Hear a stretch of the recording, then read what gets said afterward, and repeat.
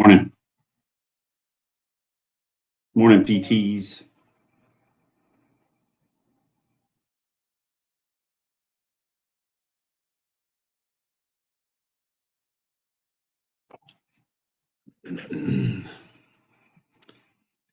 How is everybody today? Thought I'd get on here just a little bit and answer any questions you guys have about PT, any physical therapy practice questions. Got a couple that I've gotten from last couple of weeks of phone calls. But this is so I'm streaming through StreamYard, which is new to me as well. Trying to see if all of the comments will be kind of corralled through StreamYard, because I think I'm on Facebook, LinkedIn, and YouTube right now.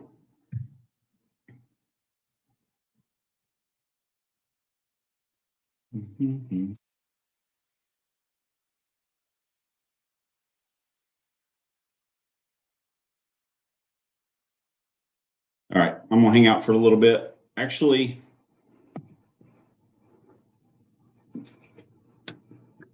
I am Tanny Crawford. I'm with Martin Healthcare Advisors. Currently live in Nashville. I've been for a while. Our company's based out of Marlton, New Jersey, and we've got a team of about 11 or 12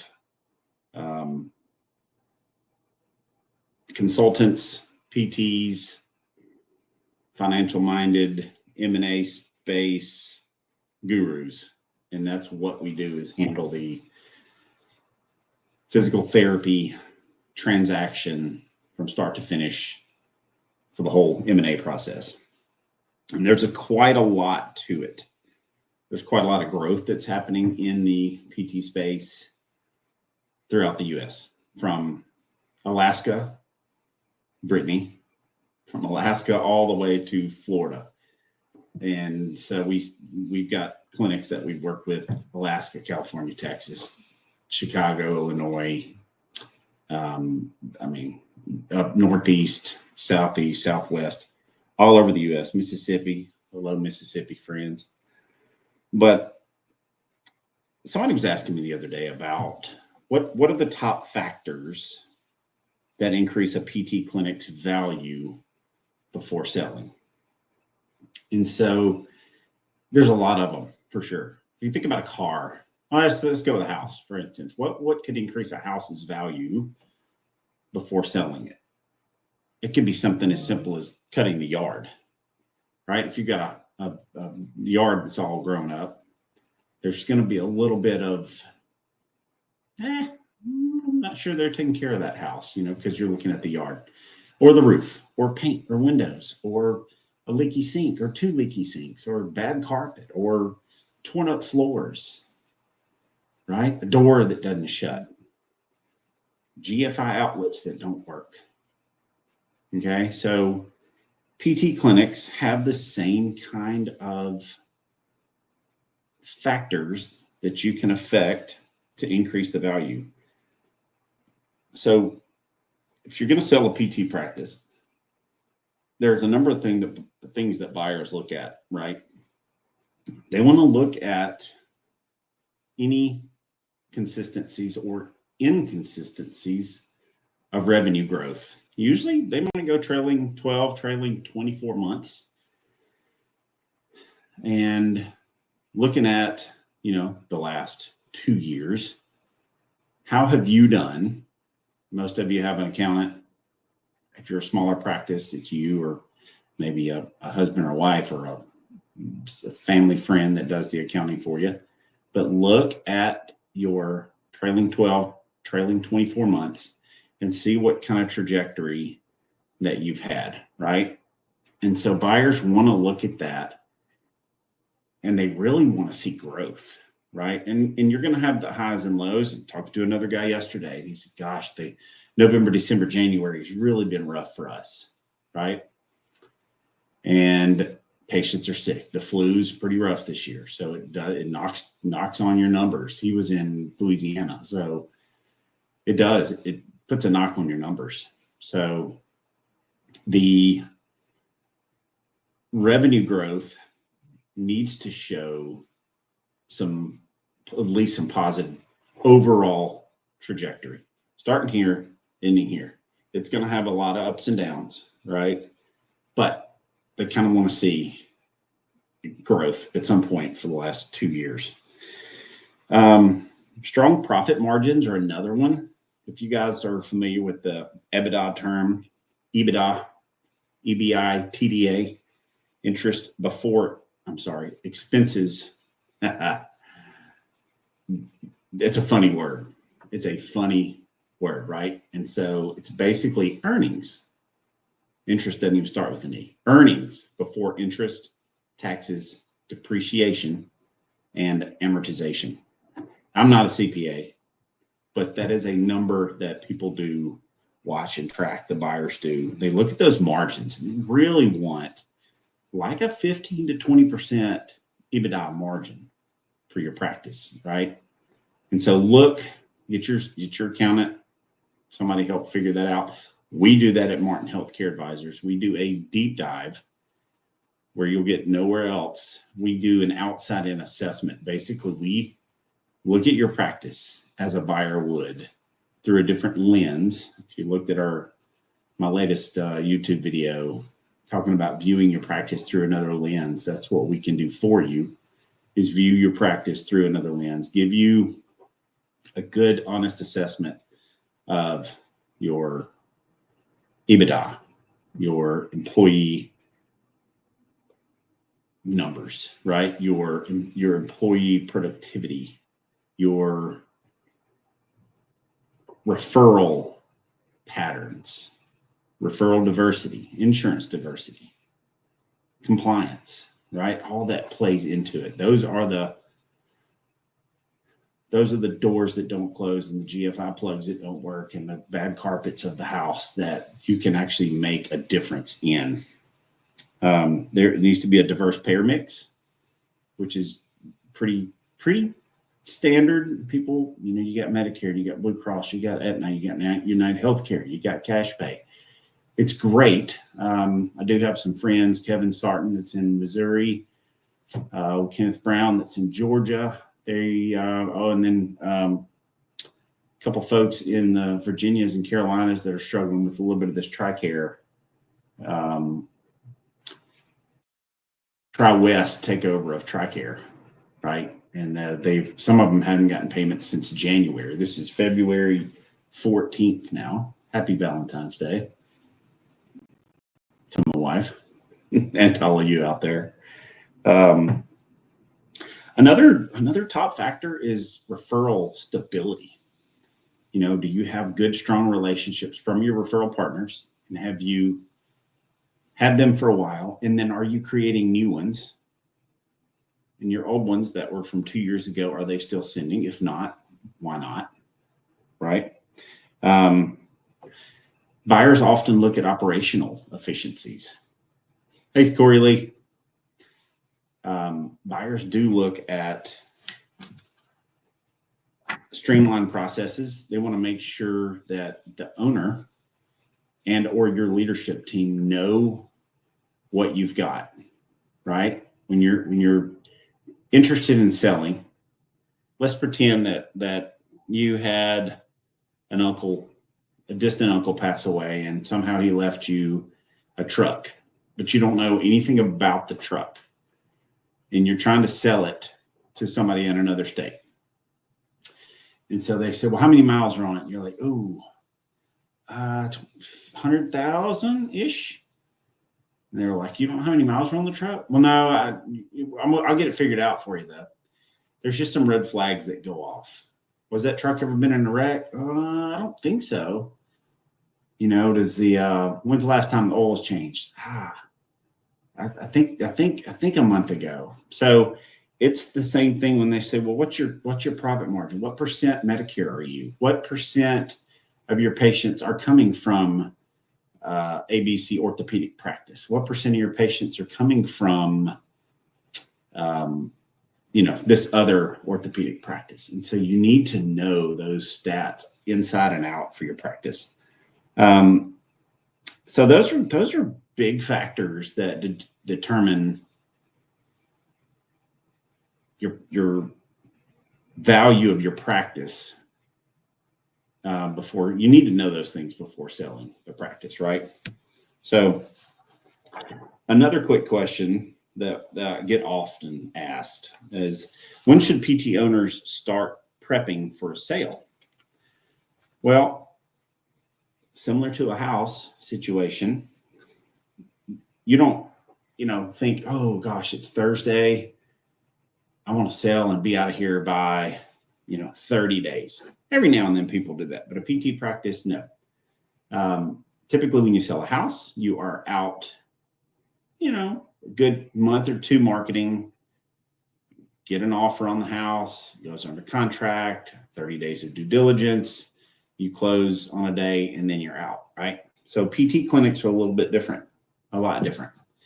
So first of all, like we talked about a while ago, you want to increase your value by looking at all those factors of your practice, trying to maximize each one, be as diverse as you can, compliant as you can, and bill as efficiently as you can. And then start thinking about your exit strategy. Typically, I like to say, if you're going to sell in 4 to 5 years, you need to start preparing now. So let's think about that. 4 to 5 years. Why is it 4 to 5 years? You'll spend, let's pretend like for the next month, you do a deep dive in your practice. You come to us for help. We do evaluation and we tell you, here's what we think it's worth. Here's your multiple we think you can sell for. And here's 4 things we'd love for you to work on, right? Maybe it's compliance. Maybe it's units per visit. Maybe it is referral diversity, whatever it is, right? So we give you those things. You work on them for 6 or 8 months. You polish it off. We do a reevaluation. You're like, now you've gained, I don't know, 300, 400, 500 grand in value for your practice. And we go to market. And we go to market and we sell your practice to ABC Practice, who has 150 clinics.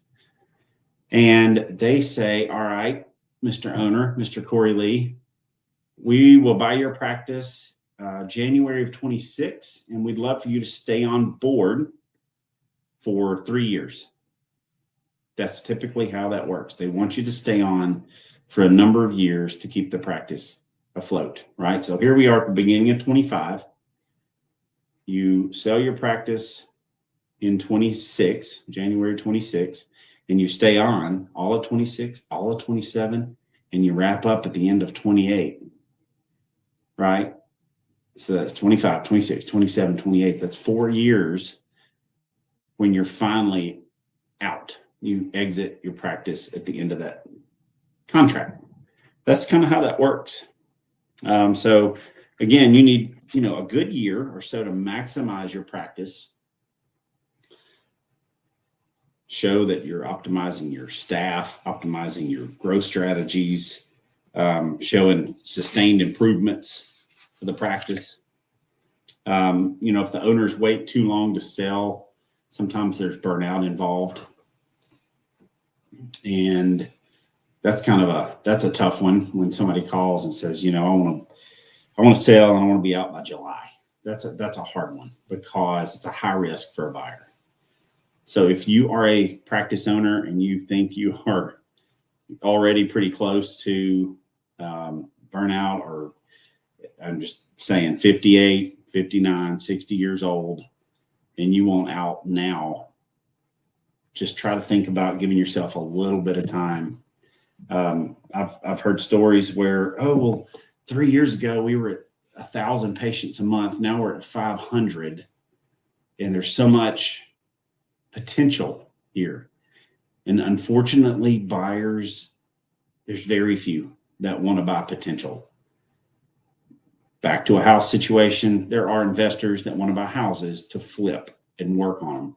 not in the PT space. The PT clinics, these buyers are ready to buy and move. And so they will pay top dollar for good, clean, compliant, efficient clinics. They really will, because they're trying to grow. And so they'll buy your clinic, keep you on board, train you, mentor you. There's other opportunities inside their business because they're larger and they have more resources.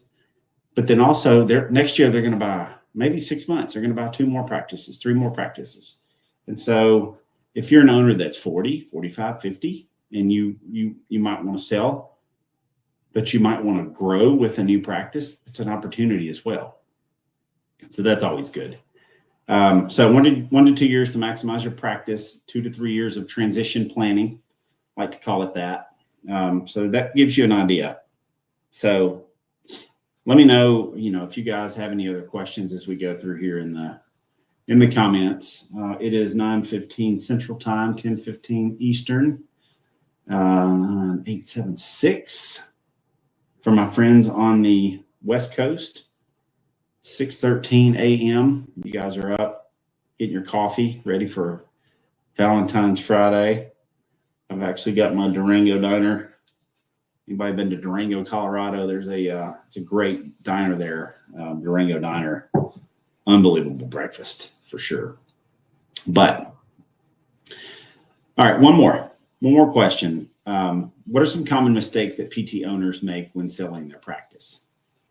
Okay, so some of that, what we were talking about a little bit earlier, is the financials, payer mix, waiting until you're burned out to sell, and not knowing your numbers.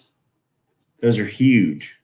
And I'm going to kind of work through a few of these, but for what are some common mistakes PT owners make? It's like selling that truck when your uncle, say a distant uncle, passed in another state and he left you a truck that you don't know anything about. Maybe you've driven it a couple times, but that's it, right? So not having clean financials.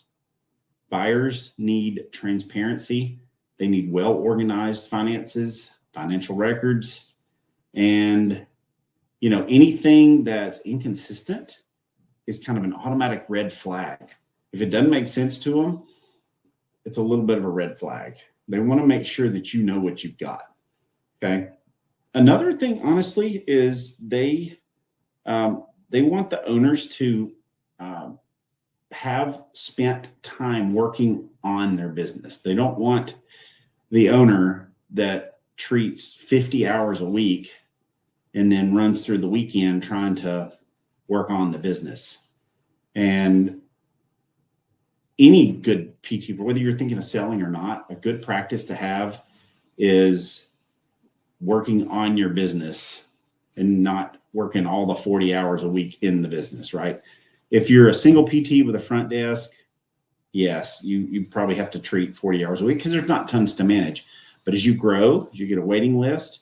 And if you can recruit, which is very difficult right now, if you can recruit a PT, that PT comes in, you want to fill their schedule up, and then you have to back out 1 or 2 hours, 3 hours a week to then start working on the business, to manage marketing, to manage the billing, to communicate with your biller now about your other therapist that's treating, and you educate them on proper billing and all, right?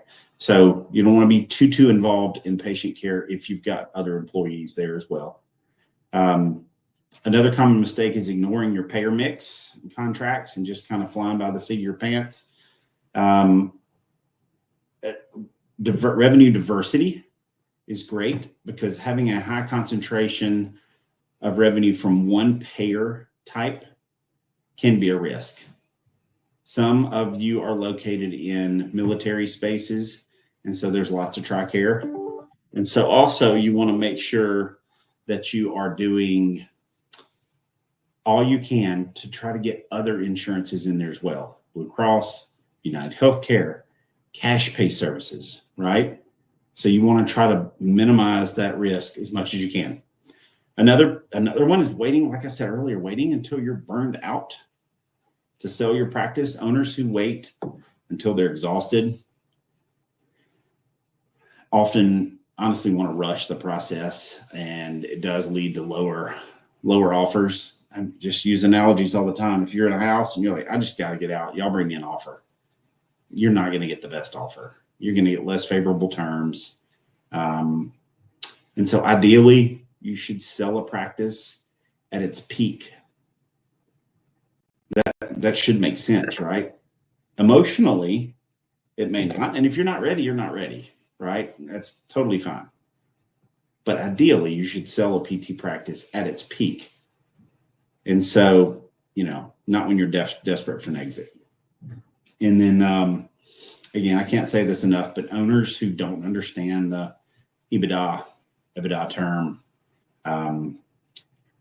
your cost per visit, your patient acquisition cost, and your key financial metrics, KPIs, units per visit, cost per visit, net revenue per visit, right? Big KPIs, 12, 13 of them. You may struggle in negotiations, right? But that's where we come in. That's what we do. All of that. We help bring clarity to you as the owner through our evaluation process. It just takes about a week to do our outside in assessment. And when we do that, you gain incredible clarity about your practice. The education from our consultants is top notch. You will not get a better 1 hour crash course education on your practice, viewing it through another lens than Martin Healthcare can offer. So,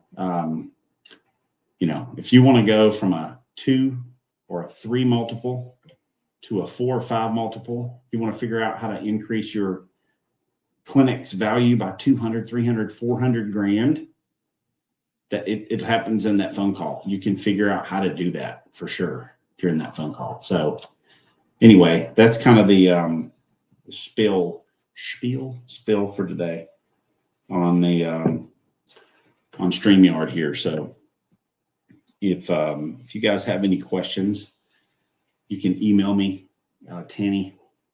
My name's Tanny Crawford. So it's T Crawford at martinhealthcareadvisors.com. You can look at our website. It's just Martin Healthcare Advisors. And we're on YouTube. I'm at Martin Healthcare Advisors, as well as LinkedIn for sure. So you guys give us a follow, and I'm gonna hang out for just a couple of minutes, see if we get any more questions that come in.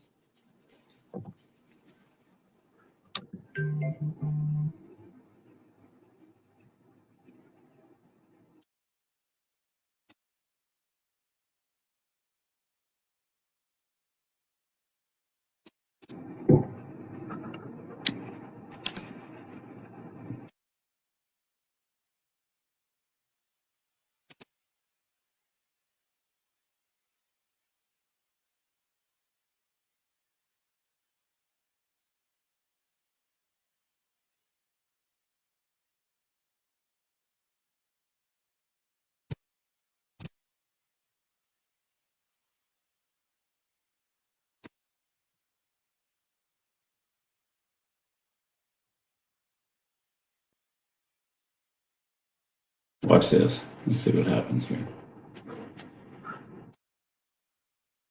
Yeah, I like it.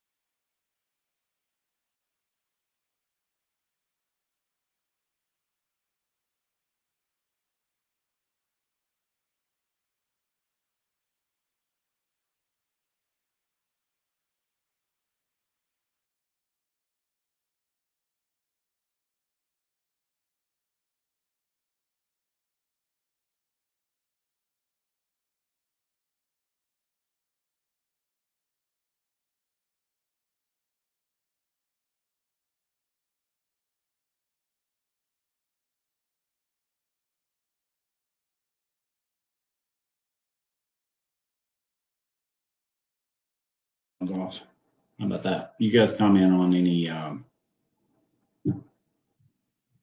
questions you have. We've got a few more minutes on here.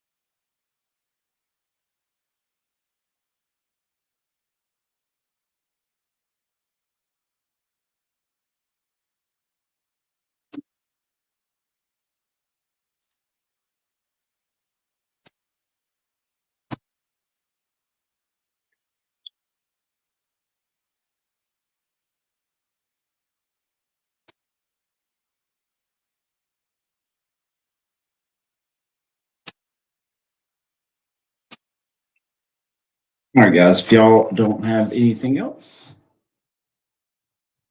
happy Friday. Happy Valentine's Day. Hope you guys have a great rest of your weekend, and we'll catch you later. Be on next time. Thanks.